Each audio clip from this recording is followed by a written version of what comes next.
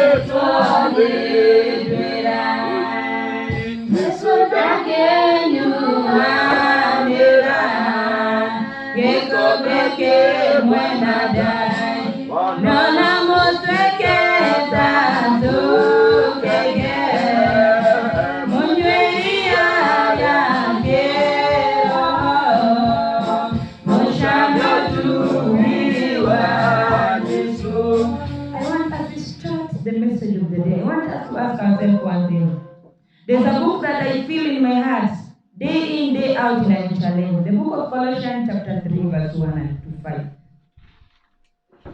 The Bible says, if we really claim that we know God, if we really claim that we have received Jesus as our personal Savior, then we are new creatures. We are new beings. And if we are new beings, we are supposed to start behaving, to start living like new creatures. We are supposed to put off the old behaviors and put on the new behaviors. This morning, you have heard the word of God for so many years, so many days.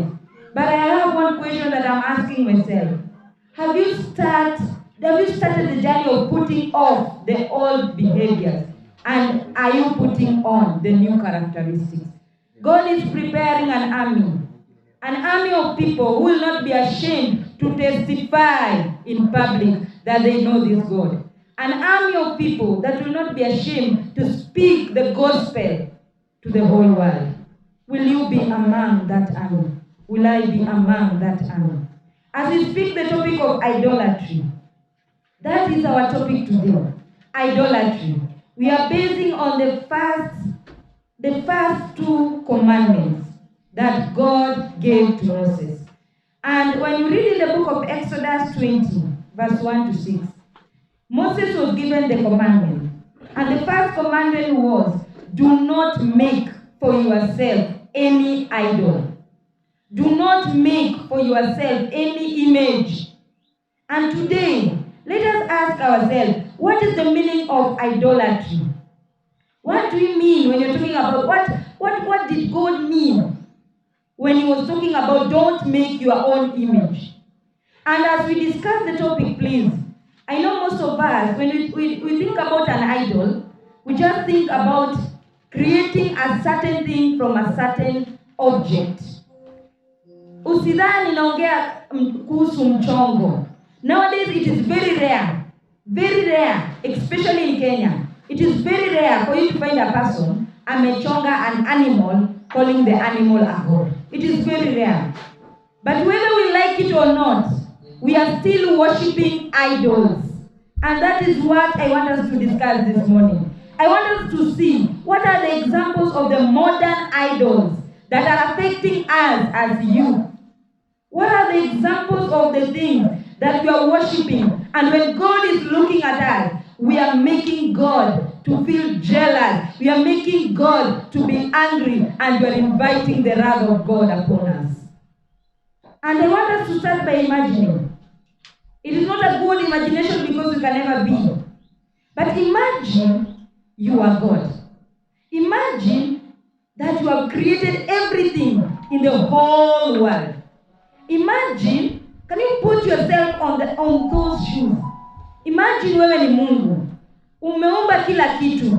All the animals, all the human beings, all the creatures living in the whole world.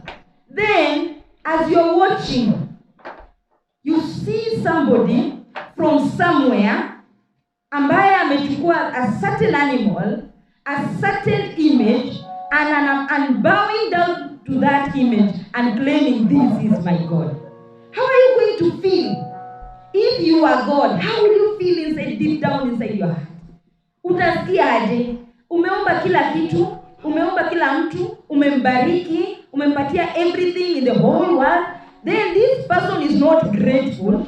To make matter worse, this person anachukua mchongo, anachukua mnyama, an example of a cow. Then when I take that cow, I start bowing down to that cow, claiming that this is my God. This is the thing that created me. If you are God, how will you feel? Will you not be angry? Will you not be surprised? Will you not feel like destroying all your creatures? God is a jealous God. That is one characteristic of God. God is a jealous God. God created everything in the whole world. God created every animal and every creature. If you read in the book of Hebrews, the Bible says, Hebrews 4 from 13, the Bible says that nothing is hidden before the eyes of God. Every creature is naked before Him. When we're talking about creatures, we're talking about the animals, the human beings, and anything that exists in the whole world. God created everything. So we belong to Him. All animals belong to Him. Then, the question that God is asking this morning, why do you still worship idols? Why are you making some small gods for yourself? Why are you bowing down to these modern idols? Why are you worshiping something and claiming they are your God, while in the whole world we have only one God, the true God? Why are you worshiping some small gods? Idolatry, as I was going through my dictionary, I came across a meaning of idolatry. And idolatry means worshiping of a physical object as God. And when I'm talking about God, it is small g. Worshiping a physical object and claiming this is my God. I went down to narrow the topic and I came across a word, idol worship. And let us ask ourselves this morning, what's the meaning of idol worship? Idol worship means something, anything that diverts your attention from God. Anything that diverts your emotions. When you gave your life to God, you had that zeal. You could do anything for this God. Because there was that zeal, that fire, the first love that you had when you gave your life to God. But today, we are turning out to be cold. We are no longer the way we were the day we received or the day we gave our life to God. What is the problem? Which kind of idol are you bowing down to? Where is the zeal of serving God in truth and in spirit? Where does the zeal go? Why are we not worshiping God the way we used to worship God the first day we gave our life to Jesus Christ? I'm talking to my fellow Christians. I'm talking to my fellow youth. Initially, the first day you gave your life to God, you were burning. The zeal was burning deep down inside your heart. You used to wake up early to worship God in truth and in spirit. What happened? What has diverted your attention from God? What has diverted your attention and emotions and feelings and affection from God? Which kind of idol are you worshiping this morning? Don't just think an idol is something, an animal, ama mchongo fulani. Maybe hauna mchongo, maybe ungechukua a certain thing ukatengeneza kama Mungu. But still, we have modern idols. Nowadays, our phones, our mobile phones have diverted our attention to God. Our modern, the technology is one of the example of the modern idol. And for you to identify your idol, you can identify an idol in your life by doing this. Analyze. Can you sit down and think about how do you spend your day? How do you spend each seconds of your day? We have 24 hours per day. How do you spend those 24 hours? Where do you take your money? That is where your idol is. If you can spend the whole whole day just chatting, if you can spend the whole day online, when do you have time for God? Why can't you just spare even a single minute for God? How do I spend my day? How do you spend your day? That is one way of identifying an idol in your life. If you spend the whole day doing other things without having even a second for God, that thing that you do is your idol. There are so many examples of modern idols. Some of us value career too much. Career. That I better not go anywhere. I cannot go to serve God. I cannot even have a minute to cry to God. Why? Because so busy. Uko busy kufanya nini? Busy because I am a pilot. Busy because I'm doing this and that and that. Our businesses have become idols. Our families have become idols. Our education, the blessings. Why are we bowing down to the blessings that God gave us instead of bowing down to the real God who gave us the blessings? It is a message that is filled with a lot of fear. It is a message that when I had this message deep down inside my heart, nilisikia kuhofia sana. Because I started asking myself, which kind of idol do I have? Maybe kazi. God has blessed us with good jobs. But nowadays, because of that job, you can wake up so early. Siku ya kazi. You can wake up so early. Hutaki kuchelewa. Unaamka mapema sana unaenda. But huwezi amka mapema to bow down to your God. Huwezi amka mapema kumlilia Mungu wako. Sunday, that is una time. From Monday to Saturday, unaamka very early, 4, 3, 2. Running up and down to look for this blessing. That is very good. But do you have time for God? Do you spare even an hour per day to talk to your God, to talk to your Creator? And today, the Word of God is asking us, why are we bowing down to idols? And the Lord, ama Mungu ambaye alikuwa kitambo, is still the same God today, and He will remain so forevermore. Hata badilika. Even if the whole world we bow down to all these idols, sexual immorality is a form of an idol. We have so many modern idols that we are bowing down to. And before the end of the sermon, ask yourself, which kind of an idol am I bowing down to? Ni nini inakuzuia? Ni nini ina divert attention yako from the true God? Let us ask ourselves, ni nini hiyo? What is diverting your attention from God? What is diverting your affection from the true God? What is diverting your thoughts, your feelings from the true God? That thing that is diverting, that is your idol. That thing that you spend your whole money, the entire salary on, is your idol. That thing that you spend all your hours is your idol. Do you have time for God? God is a jealous God. Let us read from Deuteronomy 32, verse 21. Deuteronomy 32, verse 21.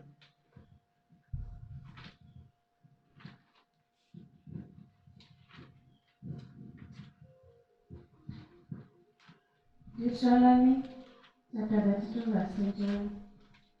They have moved me to jealousy with that which is not God. They have provoked me to anger with the Yavanim.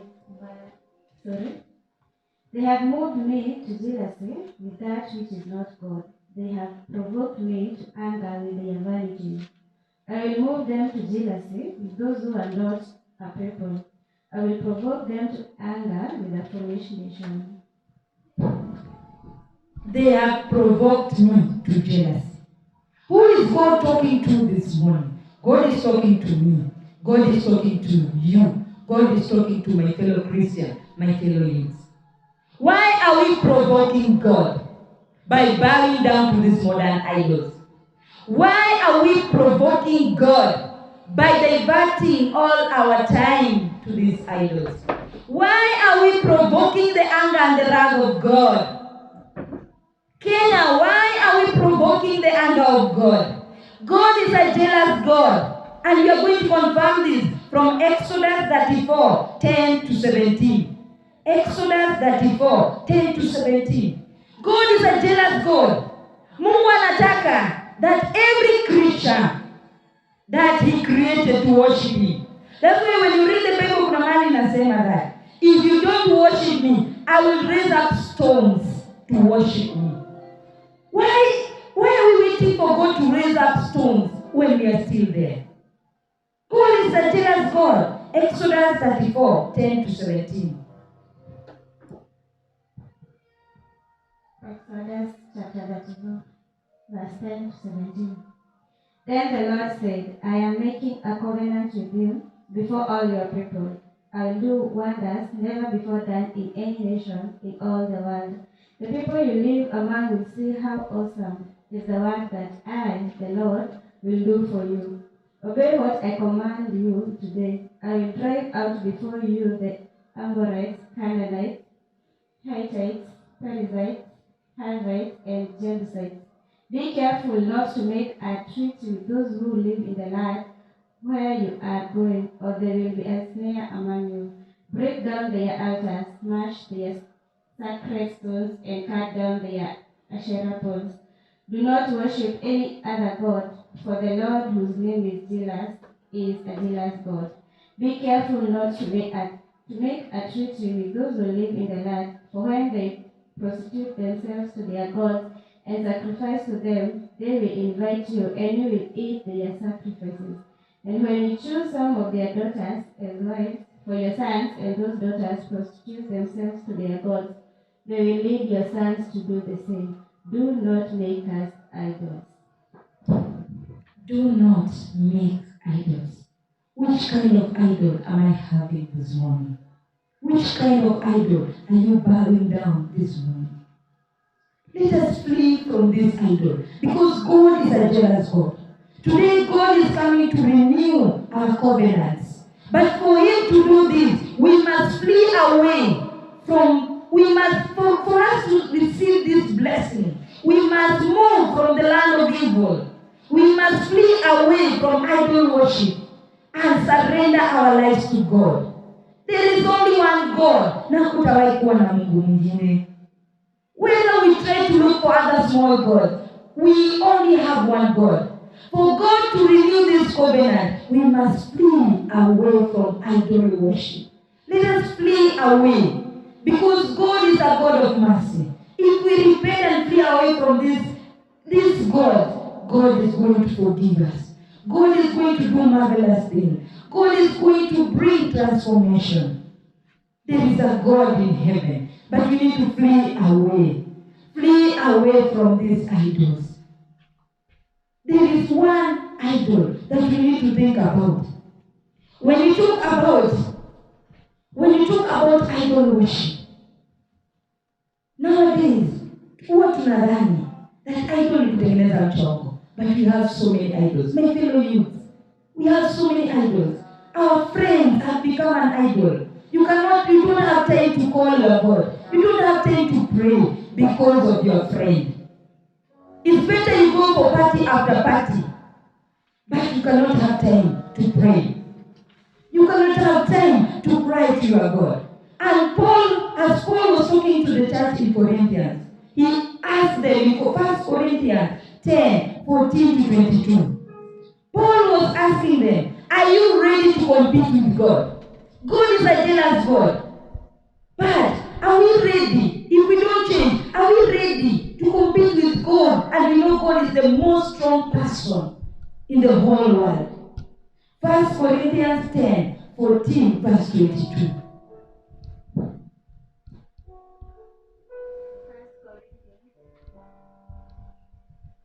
10, 14 to 22.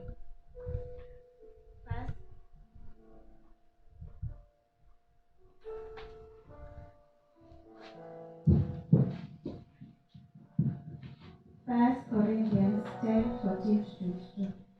Therefore, my beloved, flee from idolatry. I speak as to wise men, judge what I say. The cup of blessings which we bless, isn't it a sharing of the blood of Christ?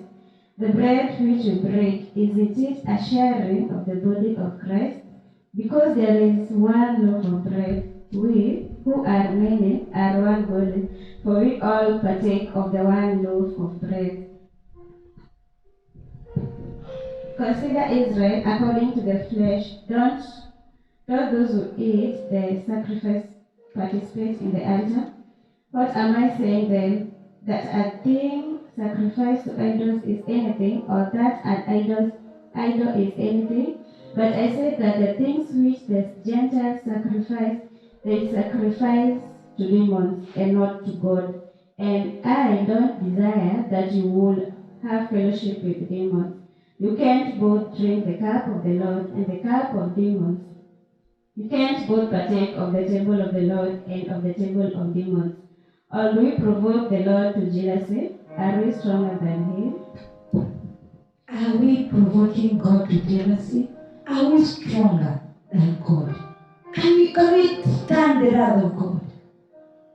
Please, my fellow youth, let us flee away. Because God is a God of mercy. God can forgive me, God can forgive you. It does not matter the kind of idol you have been worshipping. But today God is giving us another chance. A chance to turn around. A chance to give our life to Him. A chance to flee away from these idols and give our life to God. A chance to make a decision. Deuteronomy 30:15. Today, choose life or death. My fellow youth, let us choose life. Because with God we have everything. Let us flee away from this passion. Let us flee away from these modern idols. Let us flee away from these passions and desires in life. Because God can renew. For us to be among the army, we need to flee away from idol worship. For us to receive the second blessings of God, we must flee away from all forms of idol worship. You know the kind of idol you are worshiping. The last idol is found in the book of Isaiah 63 verse 10. Let us flee away from this worship. God is the wrath of God. The moment you worship idols, we are inviting the jealousy of God. And when we invite this jealousy, it comes in form of anger and wrath. Let us flee away from this idol worship if we want to receive the blessings of God. Why are we worshiping our fellow human beings? Why are we claiming they are God when there's only one true God who exists? The God who created both heaven and earth. Can we sustain? Are we stronger? Can we stand on that day? Unaweza jitetea mbele za Mungu? God is the strongest person in the whole world. Let us flee away from the idol worship if for God to forgive us. Isaiah 63 verse 10.